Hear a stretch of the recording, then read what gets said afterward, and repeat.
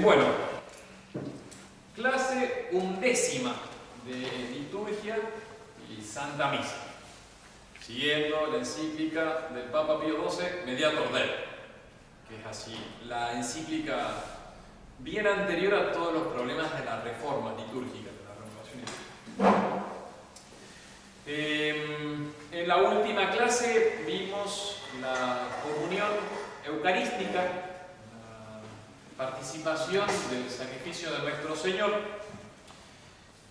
Ese era el punto 3 de la parte segunda. Entonces la encíclica Mediator Dei, ¿de cuándo es, Gonzalo? 1954, 54, 57. 47. 47. La habíamos relacionado con la creación de la ONU, me parece. Ah, de la ONU. Bueno, entonces la Mediator Dei, ya podemos ir haciendo así como, pues vamos concluyendo, la próxima clase es la última, y se acabó. Entonces tiene la primera parte, es los principios generales de la liturgia.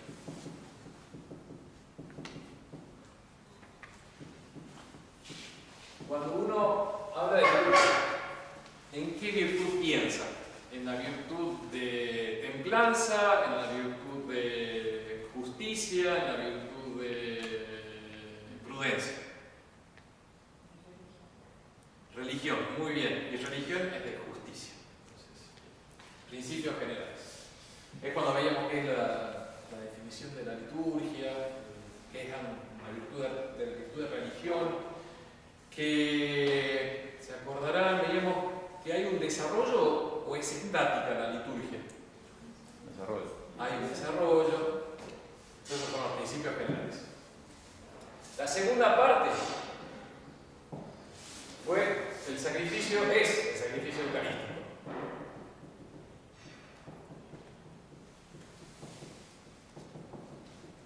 ¿Qué otro nombre recibe la expresión sacrificio eucarístico? Inés. Está fácil. Ayuda. El sacrificio eucarístico también se llama Santa. Entonces, el primer punto de esto fue la definición. Segundo punto fue la participación de los fieles. Y el tercer punto del sacrificio eucarístico es la comunión. Definición. Participación de los fieles, comunión.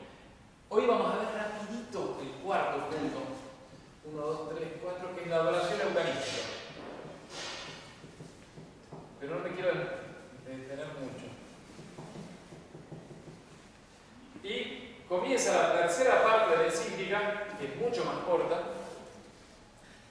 que es el oficio divino y el año litúrgico.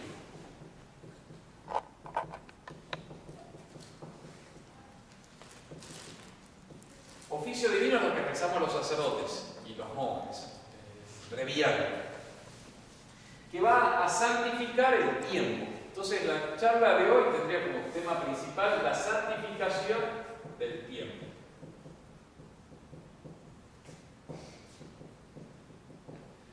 Bueno, pero no quiero dejar pasar que está muy bueno.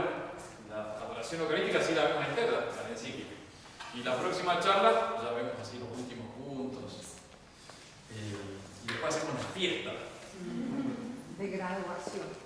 Yo quiero un diploma con las 2 clases que vine. Chicos. Una 10ª parte de diploma. Bueno, después de haber visto la comunión eucarística, dice el Papa Pío XII que la Eucaristía contiene verdadera, real y sustancialmente el cuerpo y sangre junto al alma y divinidad de nuestro Señor Jesucristo. No es chocolate por la noticia, o sea, es una cosa que todo el mundo sabe, que todo niño ya en catecismo aprende. El Papa lo afirma tiene claro el valor de ser no un catecismo cualquiera, sino la voz del vicario de Cristo. En la Eucaristía está verdaderamente, realmente, sustancialmente, el cuerpo y sangre de nuestro Señor. Y junto al cuerpo y sangre de nuestro Salvador está su alma y divinidad. Habíamos dicho que habría pasado si un apóstol hubiese celebrado misa el sábado santo y hubiese consagrado el cuerpo de nuestro Señor en pan. Estaría al lado de la sangre. Y el alma tampoco, porque había bajado eso. Es teología ficción, pero era para entender el misterio de la separación de cuerpo y sangre, las especies sacramentales. Y dice, bueno, ahí permanece nuestro Señor. Y es muy distinta la permanencia de la gracia en la Eucaristía que en los otros sacramentos. Porque, por ejemplo, en el bautismo, en el agua que va a bautizar, no está así la gracia. Sí, cuando se produce el signo sacramental, cuando se arroja el agua y se dicen las palabras, ahí nuestro Señor utiliza ese signo sacramental y infunde gracia al alma. Pero en la Eucaristía permanece el autor de la gracia. Entonces es algo especial. Los otros sacramentos, por supuesto, tienen mucha veneración, el agua bautismal, los santos óleos. De hecho, lo más sagrado después de la presencia real en las especies eucarísticas en la Iglesia Católica son los santos óleos, ¿no? Los catecúmenos, Santo Crisma. Pero no está nuestro Señor ahí. En la Eucaristía sí, y permanece. Y por eso dice el Papa, en la encíclica, que se rinde adoración a la Eucaristía. Incluso dice, siguiendo lo que enseñaron los santos concilios de una tradición inveterada, se adora el cuerpo de Cristo de la misma manera que se adora al Verbo encarnado, hecho hombre. Es el mismo acto de adoración. Por eso es fundamental el respeto a nuestro Señor en la iglesia, en el templo. Cuando hay un sagrario que contiene un copón consagrado, no está bien hablar en voz alta cuando está nuestro Señor presente. Cuando hay bodas es tremendo. La gente entra y, como no está muy acostumbrada a estar dentro de la iglesia, no digo vuestras mercedes, pero en general el pueblo cristiano ya ha perdido ese respeto al lugar sagrado. Es por el mismo lugar, pero lo es también porque está, sobre todo, porque está Jesús, nuestro Señor. Por eso también, cuando se ingresa a la iglesia, se hace reflexión, se pone la rodilla en tierra, adorando a nuestro Señor. Dicen los concilios que se rinde el mismo culto de adoración a la presencia real, a la Eucaristía, que al Verbo hecho carne. Por eso también una buena costumbre que nos enseñaban en el seminario, bueno, además de haber hecho la genuflexión cuando entras a la iglesia, si está la presencia real, no es sentarte inmediatamente, sino primero te pones de rodillas, si quieres unos segunditos, lo adorás a nuestro Señor y después te sentás. Bueno, por eso también lo normal, si las rodillas están, si aguantan las rodillas, intentar estar arrodillado frente al Santísimo. Por eso no hay necesario, menos cuando pasan los años ya se hace más difícil. Padre, cuando está expuesto, ¿por qué las dos rodillas? Porque con eso se señala que no está nuestro Señor oculto, como normalmente todo lo que lleva a nuestro Señor, la Eucaristía siempre tiene velos. De hecho, el cáliz del velo del cáliz, en general no se lo ve, salvo cuando es la adoración. Siempre está como oculto. Los copones también llevan velo. Cuando nuestro Señor está expuesto, se manifiesta la adoración cuando hable. Entonces, con más razón, intentar estar de rodillas en ese momento. Claro. Pero no es necesario, ¿no? Sí. Pero es un poco la actitud que sale naturalmente de la rodilla. Anda cerrado. Bien. Los sagrados concilios enseñan como una tradición de la Iglesia que se remonta a los comienzos de su existencia, que se ha de venerar por una sola adoración al Verbo de Dios encarnado y a su propia carne. Fortísimo eso. Y ahí, como hemos dicho en otras charlas, es lo espectacular de ser católico, que tenemos una tradición, no tenemos que inventar. Y eso viene, desde los comienzos de la Iglesia. Se adora a la Eucaristía como se adora al Verbo hecho carne, a nuestro Señor que estaba hace 2000 años en Palestina. Y San Agustín afirma, San Agustín, años 430, también viejísimo: nadie coma de esa carne sin que antes la haya adorado. Añadiendo que no solo no pecamos, dice, no solamente no pecamos adorándolo, a la carne, adorándolo, que es el culto propio a Dios, ¿no? La adoración. Entonces no solamente no pecamos si la adoramos, sino más, pecamos si no la adoramos. A San Agustín le gusta jugar con las palabras. Entonces no pecas adorándola, y si no la adoras, pecas. Pues tenés que adorar la carne que vas a comer. Increíble, ¿no? Las expresiones de los santos.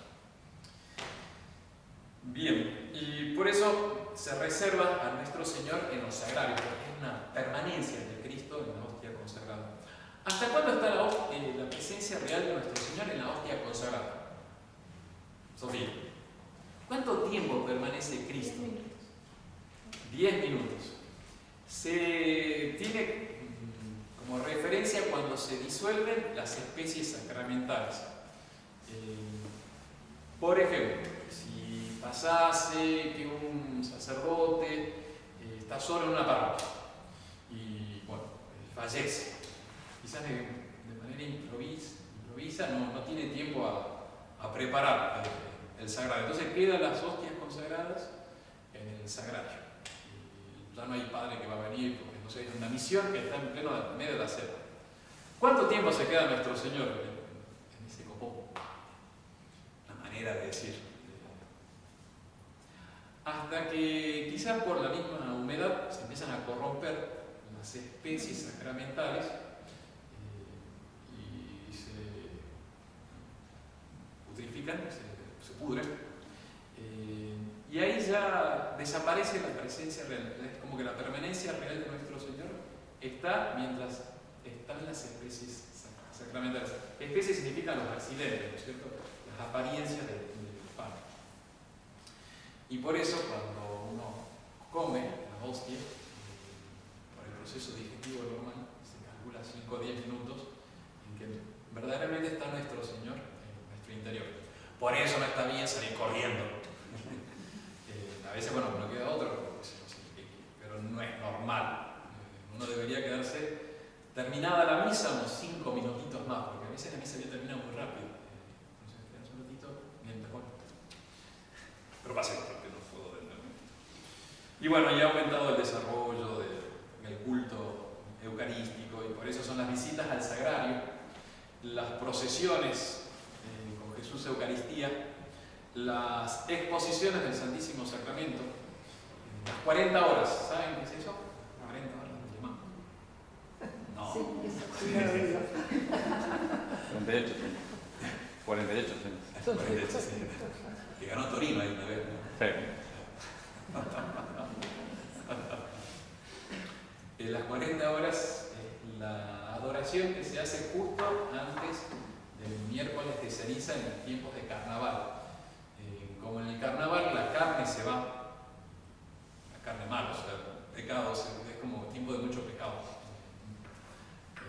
Bueno, carnaval mundano, ¿cierto? Entonces la Iglesia en algunas regiones organizaba 40 horas de adoración, más o menos, bueno, lunes y martes, casi completo, en expiación de los pecados del carnaval. Acá llegamos a hacer y están todos de feriado, así que no es bien. Gracias a Cristina, ¿no? Que puso un feriado de carnaval. Bueno, y también tiene una expresión muy bonita, no sé si... ¿Quién ha leído la encíclica? Parto, levante la mano. ¿Alguien? la han leído? Qué bien. Bueno, es larga, ¿no? Pero tiene partes muy bonitas. Qué suerte que tenemos una que dijo que sí.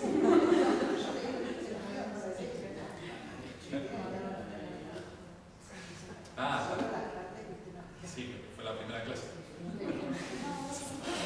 Bueno, tiene una parte muy bonita cuando habla de que cómo nuestro Señor nos bendice a través de la Eucaristía. Él se presenta cuando es la bendición solemne, ¿no? Y de lo alto nos arroja su gracia. A nosotros que hemos sido bañados con su sangre.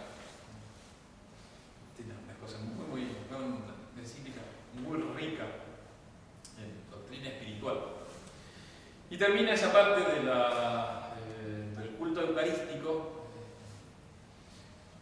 pidiendo a los obispos y a los sacerdotes que tengan sus iglesias abiertas. Qué vergüenza, ¿no? Digo, con la pandemia. Nosotros, cuando no había pandemia, teníamos siempre la iglesia abierta, ¿no es cierto? Y se podía entrar hasta la primera parte. Había que empezar de nuevo, ¿no? ¿Siempre todo el tiempo? ¿Todo el tiempo? Sí, creo que cerraban después para la siesta, creo que se cerraba. Pero quedó así todavía. ¿En la noche? ¿Vieron esas becas que están...? No, durante la hora. Estaban las rejas. Están las rejas, sí. Claro, si no, también la inseguridad. Claro, se podía entrar hasta donde... Y debajo del coro estaban las rejas donde podías adorar a la iglesia. Bueno, ese es el último punto de la segunda parte, la adoración eucarística. Cristo permanece, por eso se lo adora. Esto, perdón, me tiento, yo siempre le doy palo al protestantismo. Los protestantes no tienen la adoración eucarística, porque para ellos la presencia de nuestro Señor es solamente la celebración de la misa, o bueno, de la cena del Señor, como llaman ellos. Entonces todo este culto a la Eucaristía, de las procesiones, de tenerlo en el sagrario y adorarlo, es muy propio del espíritu católico contra los protestantes. Bueno, pasamos a la tercera parte del oficio divino y el año litúrgico. En esto yo voy a decir cualquier cosa, pero son más divertidas las cualquier cosa que cuando ponemos muy espiritual. Es que el comienzo de la parte del año litúrgico es magnífica. Dice el Papa Pío XII: durante todo el año el sacrificio eucarístico y el oficio divino giran principalmente en torno a la persona de Jesucristo. Per totum ani cursum, circa Iesu Christi personam vertuntur. La imagen es espectacular.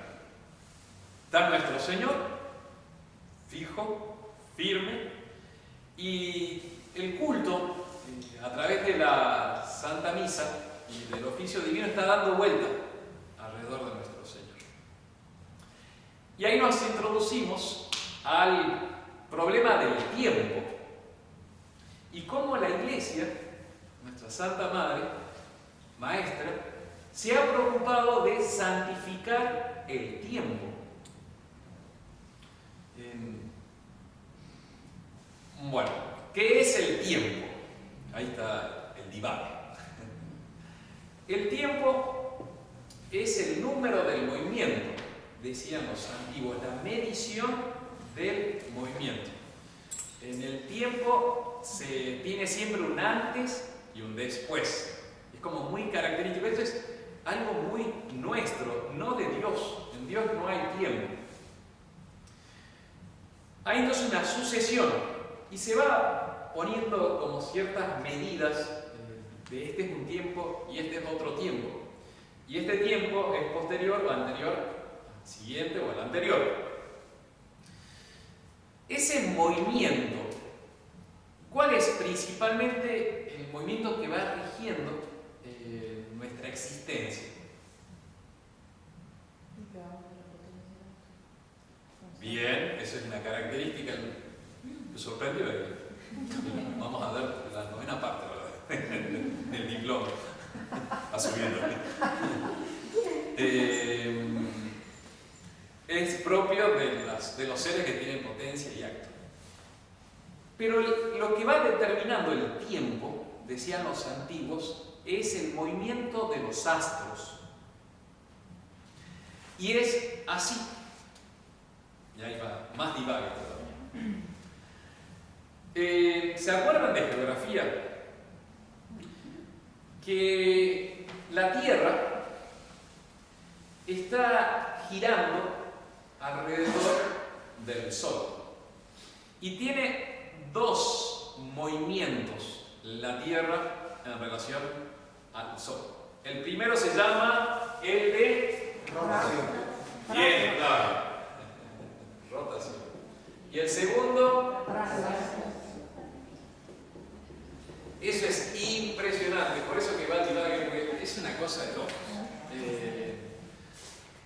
La Tierra gira sobre su propio eje, por eso están el día y la noche, más o menos una velocidad de 2000 kilómetros por hora.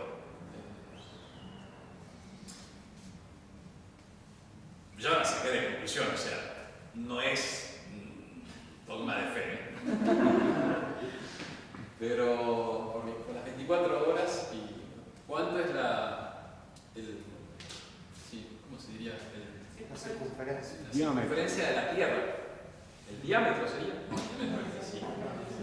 El Ecuador giran a esa vez. Eso, Ya el se Ecuador. metió en la parte mía,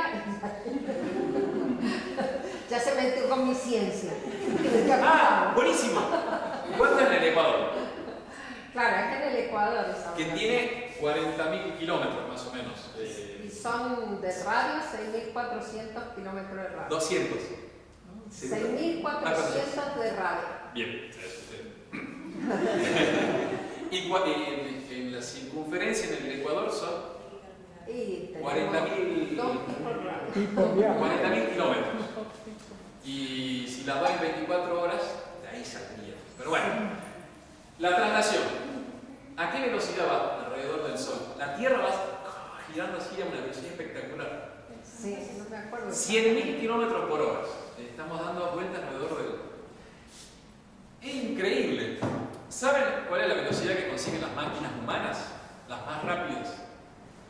Esta expedición New Dragon, ¿cómo es?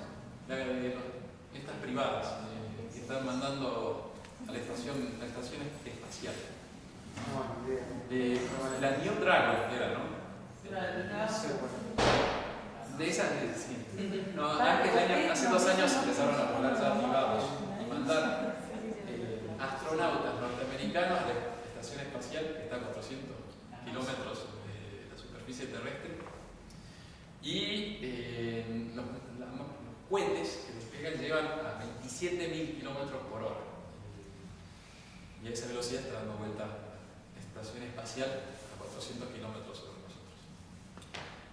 27.000. Dicen que para mandar las ondas que se están yendo muy lejos, una por ejemplo que mandaron los europeos, mandaron al Sol hace un año más o menos, aprovechan, no sé cómo, Los campos de gravitación. muy bien, y les dan un impulso, ¿no es cierto? Sí. Creo que pasaban de 27, 28.000 kilómetros por hora a 40.000, 50.000, pero es lo máximo que están logrando el ser humano. La Tierra va a 100.000 kilómetros dando vuelta alrededor del Sol. Y, bueno, se imaginan lo que es la Tierra. Claro, después no nos podemos quejar de que no viajamos. Eso. Somos los viajeros grandes. Y si no me equivoco, dicen que todo el sistema solar, es decir, los 8 planetas, el Júpiter, Sí, hay 9 que lo están diciendo. con todos los asteroides que están metidos ahí, que estamos inmensos, no llegamos al 1% de la masa del Sol. O sea, juntas todo, y no llega al 1% de lo que es el Sol. Por eso estamos dando vuelta alrededor del Sol. Es magnífico. Y se dan cuenta la aplicación a esa frase de Pío XII. Él dice, en torno a Cristo gira la Santa Misa, el oficio divino, el tiempo, en torno a Cristo y a sus misterios. Ya está fácil de ver la relación con el año litúrgico. Todo va girando alrededor de nuestro Señor, si quieren, como la Tierra y los 8 o 9 planetas, alrededor de Cristo. Y Cristo no se mueve, es inamovible. La rotación produce el día y la noche. ¿En cuánto tiempo da vuelta sobre sí misma la Tierra? 24 horas. Sobre sí misma. Rotación. 24 horas. 24 horas. 24 horas y un cachito, ¿no? Sí. Que va a empezar a dar justamente después del año bisiesto, creo. Usted dirá, es un ámbito. No la rotación, la traslación es la que es 365 y un poco más días. Entonces el movimiento de la Tierra sobre sí misma produce el día y la noche. Claro, es la luna que gira alrededor de la Tierra la que no está exacto y muchas las fechas se guían por la posición de la luna. Muy bien. Los antiguos empezaron o sea, las civilizaciones muy antiguas siguieron primero por la luna, que Claro. es más fácil. Las 4 fases de la luna, que son de Y 28 esas no van días. encajando bien No. con los meses. Entonces, la luna da 2 medidas del tiempo: la semana y el mes. El sol da 2 medidas del tiempo, que es el día y el año. Día, semana, año. La liturgia lo santifica a estos 3 tiempos, a estas 3 medidas. El día. Ya desde muy antiguo está la preocupación de santificar ciertos momentos de la jornada. Todo esto lo va contando Pío XII. Por ejemplo, al completar el día, era algo muy cristiano el rezar a la noche, completas. También al amanecer, cuando se terminaba la noche, laudes. Se dice en los Hechos de los Apóstoles que el Espíritu Santo bajó en la hora, el día de Pentecostés, ¿bajó en qué hora? La hora de tercia. ¿Le suena o no le suena? Que son las 9 de la mañana. Antes dividían el día en 12 partes.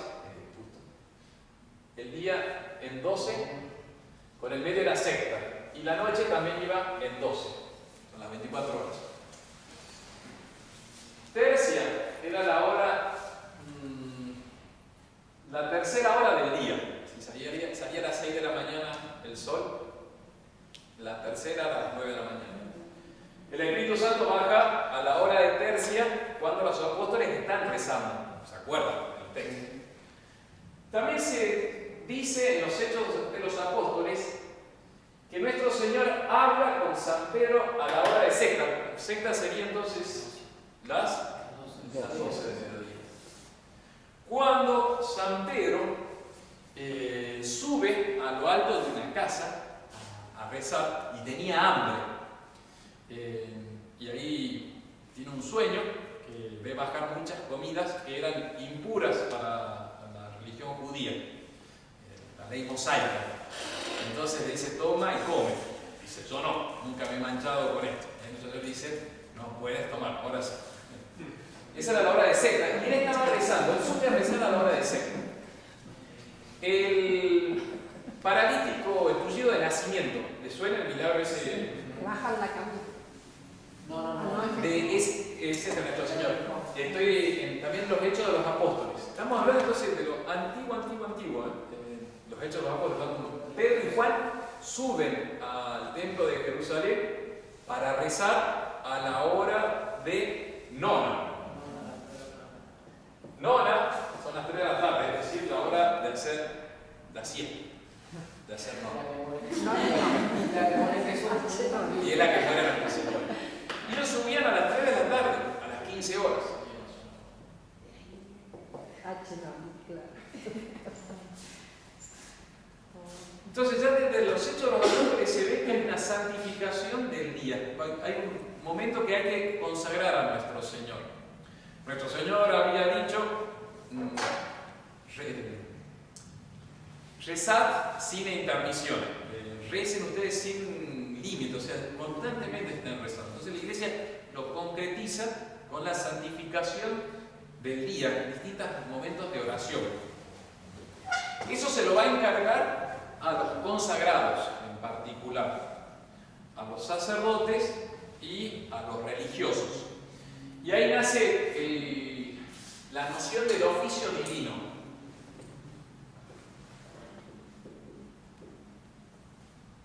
Con la reforma litúrgica se cambia todo, cambiaron el nombre y pusieron la liturgia de las horas. El oficio divino entonces es los tiempos de oración durante el día, la semana y el año, con la cual la Iglesia va rezando y santificando el tiempo, pidiendo por sus hijos.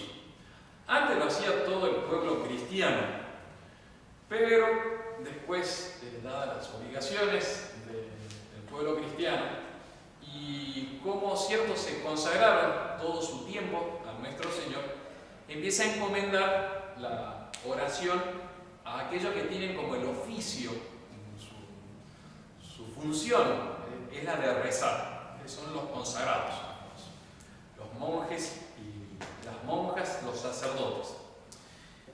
Y ese es el oficio divino, que es definido, está muy buena la encíclica define claramente lo que es el oficio divino. El oficio divino es la oración del cuerpo místico de Jesucristo. O sea, cuando reza el sacerdote, rezamos todos. De hecho, no sé si se dieron cuenta que los sacerdotes rezamos moviendo los labios.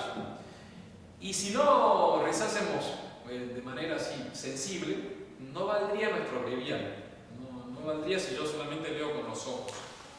Porque es una oración pública la que hace el sacerdote. Entonces, el oficio divino es la oración del cuerpo místico de Jesucristo que, en nombre y provecho de todos los cristianos, es ofrecida a Dios por los sacerdotes y demás ministros de la Iglesia, así como por los religiosos destinados a este efecto por la misma Iglesia. Eso es el oficio divino. Es la oración que hace la Iglesia, especialmente por algunos ministros, en nombre de todos los fieles cristianos. Acá, a veces, esta es totalmente como una pausa comercial, podríamos decir así.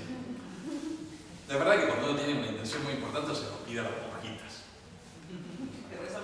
Sí, gracias. Los sacerdotes, bueno, también si quiere malo, pero uno va inmediatamente.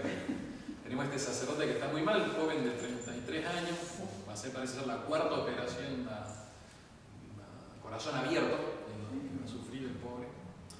Y él está destinado en Colombia, pero él es brasilero de nacionalidad. Justo le agarró el problema ahora estando de descanso en Brasil, cual también es para la familia de una manera un poco más tranquilo para ella.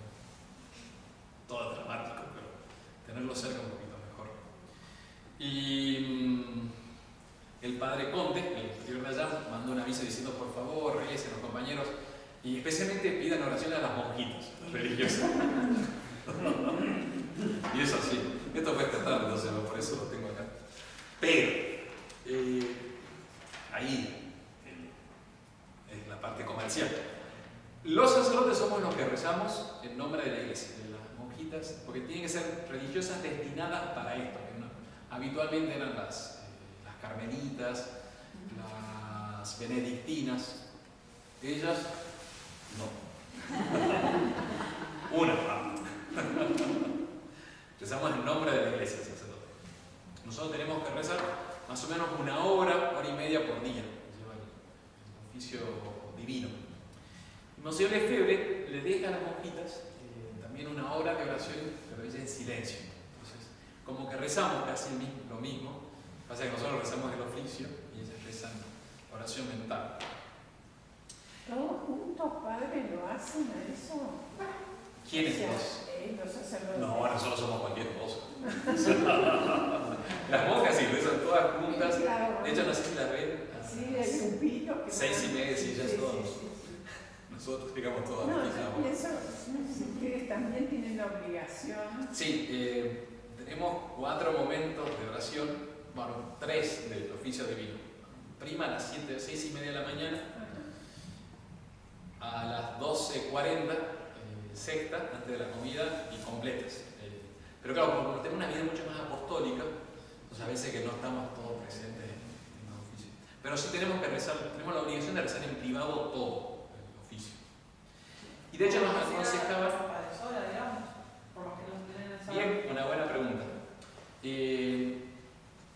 Nos aconsejan, la iglesia quiere que santifiquemos el día, entonces es muy bueno que yo ir a la capilla y rezar tercia. Son 5 minutos cuando uno reza solito en privado y volvés a hacer tu oficio. Aquí es peligroso, porque cuando uno va a tercia se encuentra con todas las maestras, todos los niños, los problemas, que padre se rompió el inodoro y todo eso. Tu tercia quedó para Pero ustedes tienen una capillita. Sí, pero la presencia real está ahí. Ah, Entonces nuestro Señor. Pero la verdad es que uno podría rezar también en otra parte. De hecho, rezamos a veces, uno dice, mejor me aseguro y rezo acá en la oficina de salir porque salgo y perdí. Perdió el breviario. Y Monseñor Lefebvre nos aconsejaba, bueno, que ustedes tienen que seguir el ritmo de la iglesia. Pero decía, cuando ven que un día va a ser una jornada pero pesadísima, recen todo, pero asegúrenlo, porque si el sacerdote por una negligencia voluntaria no reza una parte del oficio, una hora menor, se dice, serán 5 o 10 minutos, hora porque tercia, sexta, así la llaman, una hora. Si lo hace por negligencia es pecado grave. De hecho, el sacerdote tiene obligación por su oficio de rezar el breviario y no de decir la Santa Misa. Es obligatorio el oficio, no la Santa Misa. ¿Y eso por qué, padre? Porque si bien la Santa Misa es mucho más poderosa, santifica más, no siempre se dan las condiciones para poder celebrar la Santa Misa. Antes, por ejemplo, los sacerdotes que eran misioneros, que atravesaban el Atlántico, el mar, el océano, no había permiso para decir la misa en los barcos, por el peligro de viento y que se caiga todo, entonces no podían celebrar la misa. Entonces es mucho más fácil, accesible rezar el breviario que decirla. Eso nosotros les enseñan todos los seminarios, padre. Esta es toda moral tradicional.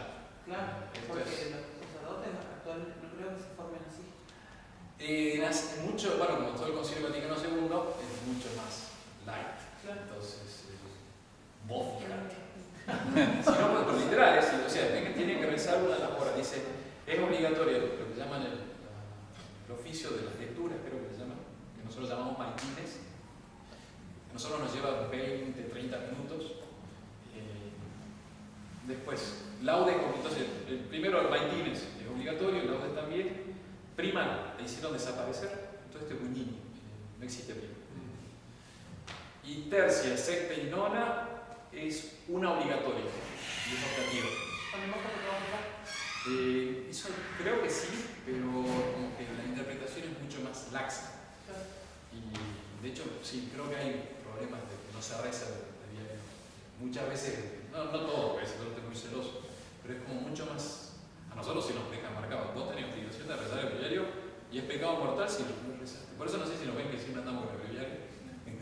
Andamos acá con el queso en la boca. Padre, como para que no pierdan la fe los sacerdotes, porque Es que todo ayuda. esto hacen también, ayuda. Ayuda, sí, a rezar. Claro, nos obliga a rezar. Sí, no, obliga. Por eso nosotros mismos, cuando a veces no tenemos la posibilidad de rezar así a cada hora, nos lanzamos a rezar todo.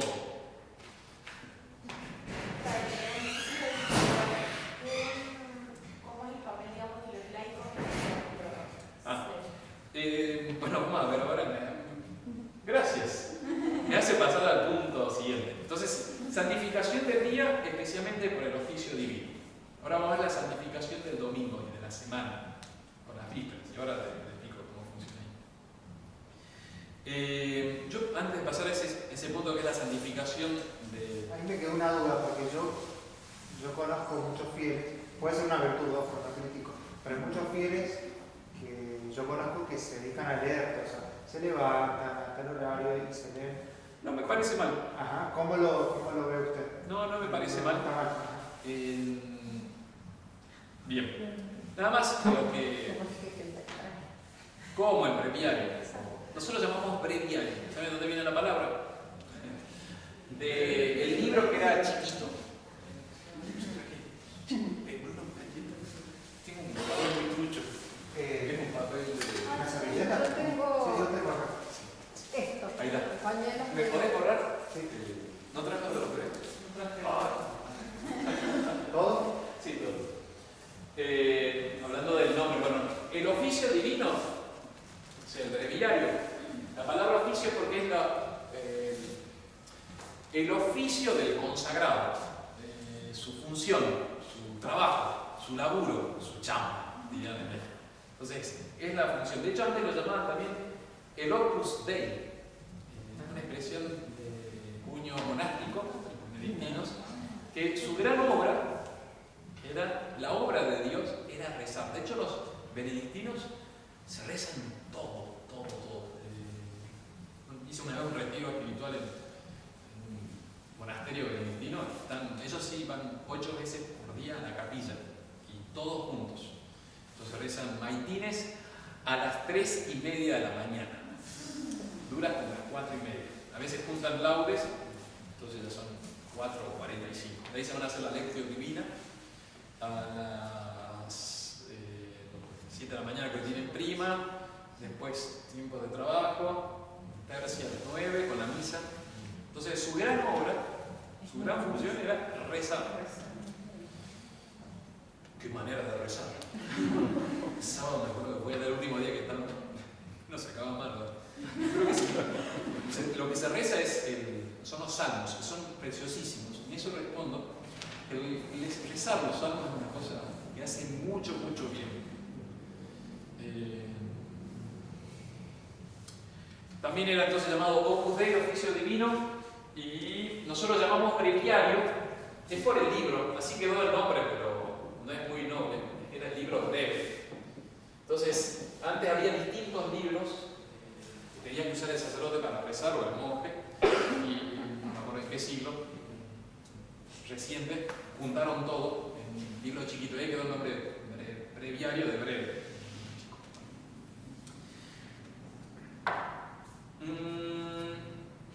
La santificación de la semana lo introduce el Papa con las vísperas del domingo.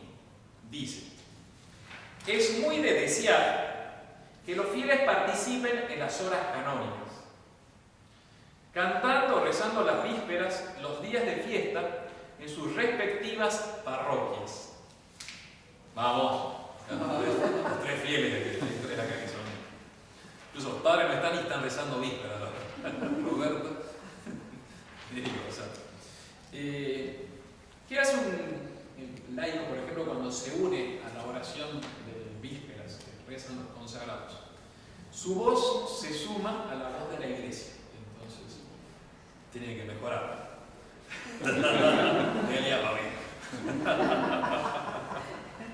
Entonces, se suman a la voz de la iglesia, se ponen a adorar al Cordero que ha sido inmolado, junto a los coros celestiales y a todo el cuerpo místico de la iglesia.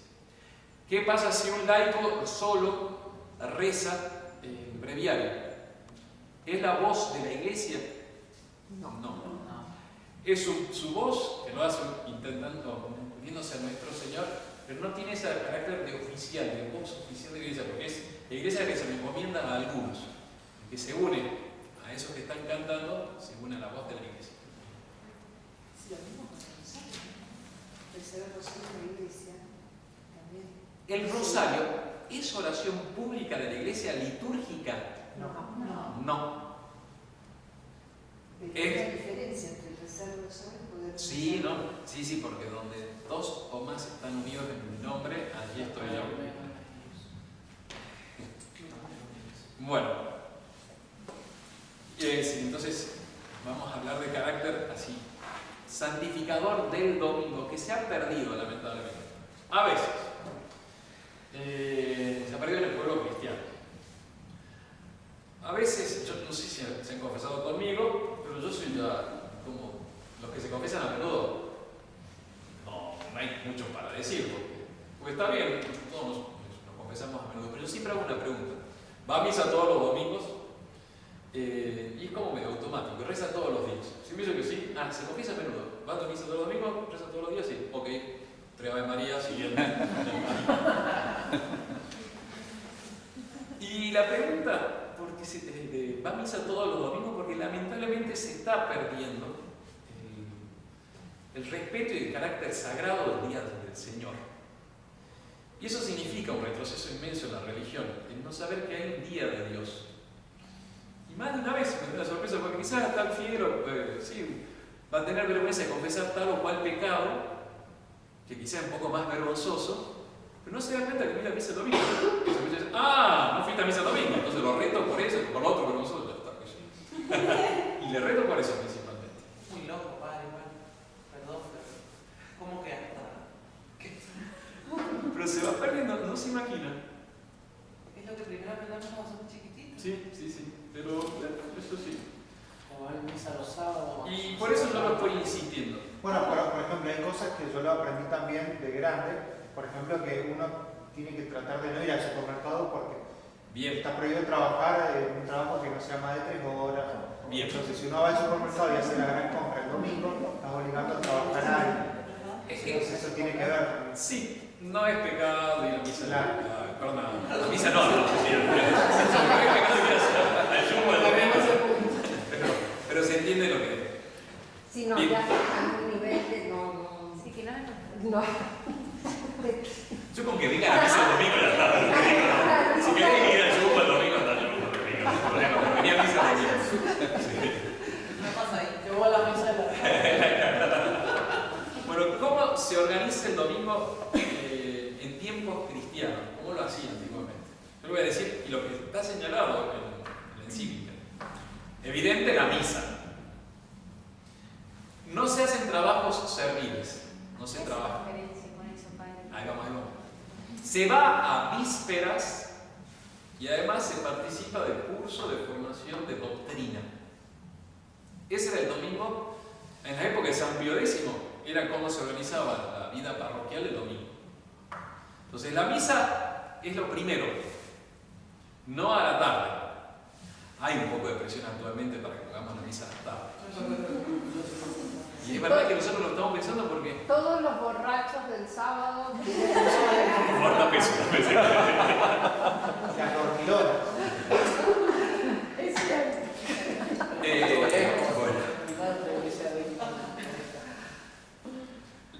Ahora con el tema de que vamos a liberar la misa y vamos a ver cómo se van acomodando, es verdad que la manera más fácil de comprimir las misas de la mañana sería la misa de la tarde. Sí. Pero no, nos mantenemos todavía firmes. Pero es mejor. Sí, no, es que se... una misa de ¿qué es lo principal? La misa de los jóvenes, la tarde. No, de es la la misa misa de los jóvenes, de los niños. Yo propongo una misa que el que va a la tarde y es joven, seguro que se emborrachó el sábado anterior, entonces le pega. No, hija mía, porque vivo Para entrar le dan una buena surra. Por favor, eso era así. Sí, La mentira misa, todo de los fieles para estar en el la misa de la mañana la vamos a hacer rizadas, sin cantos y sin sermón. Entonces ahí viene todo. La misa de las 7:30 va a ser así. No. No, padre. Bueno, no se hacen trabajos serviles. Trabajos serviles son los trabajos manuales. Salvo los básicos, que yo no sé, para que la familia coma, por supuesto, lavar y eso. Claro. Pero que las vísperas, asistir a víspera a la tarde y asistir al curso de doctrina. Eso sería lo. Nosotros los cursos de doctrina los reemplazamos por el sermón. Pero no es lo mismo en principio. No es lo mismo. Y dice Pío XII, Obsérvense inviolablemente los días festivos, que de modo especial ha de ser consagrados a Dios, sobre todo el domingo.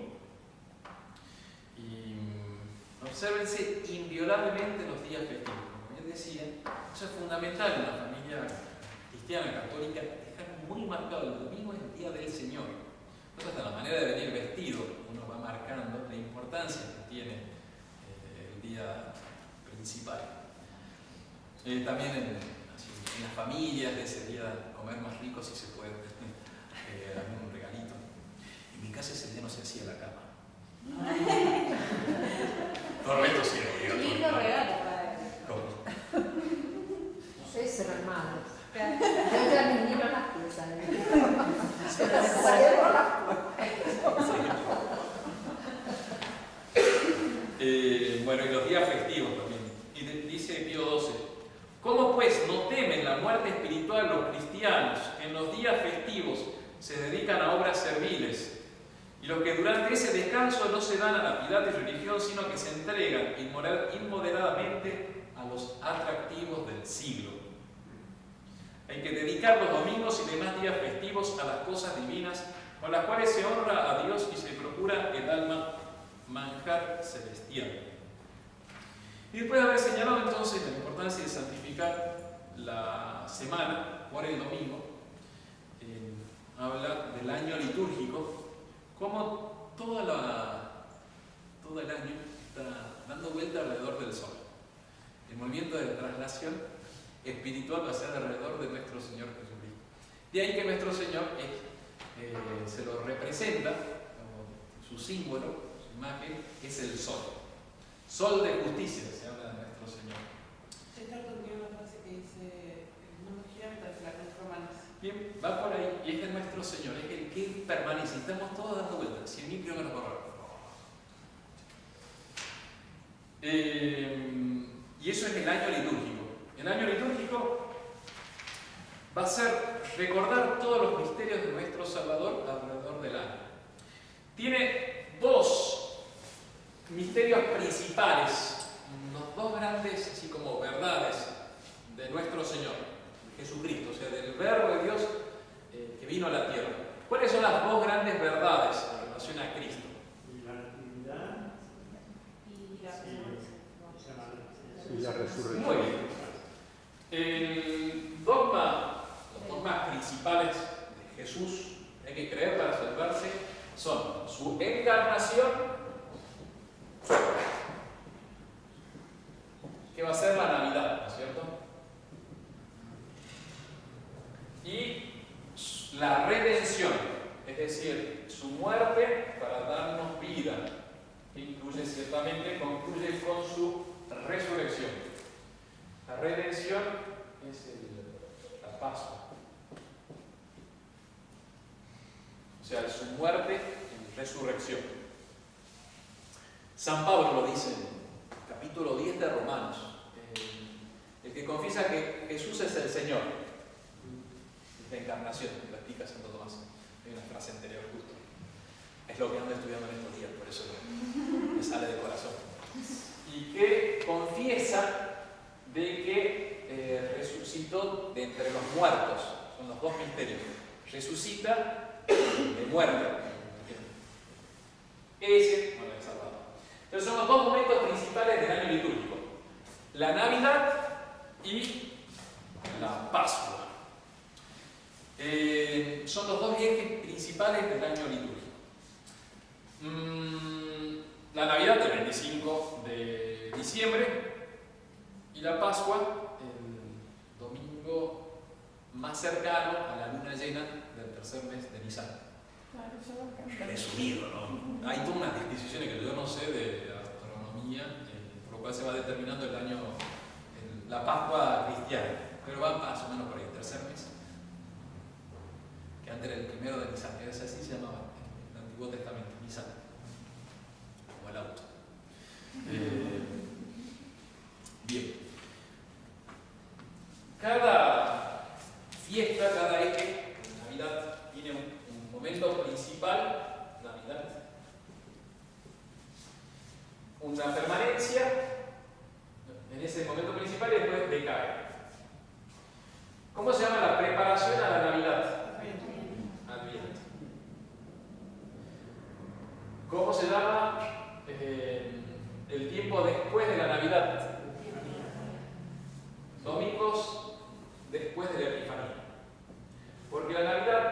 comienza el 25 de diciembre y tiene como fecha así, importante que va a concluir es la Epifanía y el bautismo de nuestro Señor, el 13 de enero. Y después vuelve a ser color verde. Las preparaciones son siempre color morado. El momento álgido de la fiesta es blanco en los ornamentos, ¿no? Y después se pone color verde, después de Epifanía.